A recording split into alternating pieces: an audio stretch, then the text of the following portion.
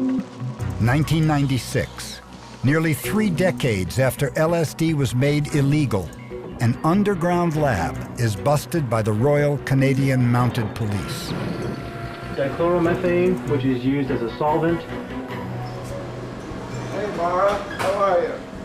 This is the man who ran that lab. How you doing? For almost 40 years, Nick Sand was one of the top LSD chemists in the world and ended up serving 6 years in prison for his crime.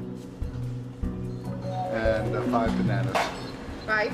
He might still be making the drugs today if he hadn't gotten caught. Thank you very much. Thank you. Okay, bye now. Good luck. Have a good day. You too. I felt the work I was doing was so important for humanity that I was willing to take the risks of being the alchemist, hiding away in his laboratory, making chemicals. This is the first time Sand has ever spoken on TV about his illegal labs, shown here in rarely seen footage from the early 70s. He and his colleagues manufactured a 300 microgram hit of LSD said to have a special karma, orange sunshine. How many hits do you think were made of orange sunshine?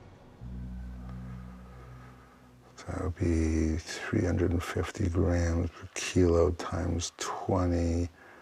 It's about 14 kilos of LSD, 10 million doses per kilo times 14. What's 10 million times 14? It's a large number. Dispensed by the microgram, it didn't take much product to create a single dose. We're dealing with something that's 10,000 doses in maybe even less than my thumb tip. For Sand, the problems were logistic. When I first started dosing out LSD, I was using a spring-loaded syringe, one at a time, onto sugar cubes. This took all night and all day just to make up 1,000 doses. Not only was it a tedious process, but when chemists realized their jail sentences could hinge on the weight of their doses, they came up with a lighter method of distribution: blotter paper. Averaging about 900 hits per page, it was easy to dip, dry, and distribute.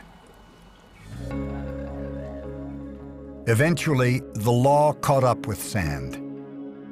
Arrested in 1972, he escaped to Canada while on appeal. For 2 decades, Sand lived the life of a fugitive. Until 1996, when drug enforcement officials shut him down for good. By this time, he estimates that he and his colleagues made 250 million doses.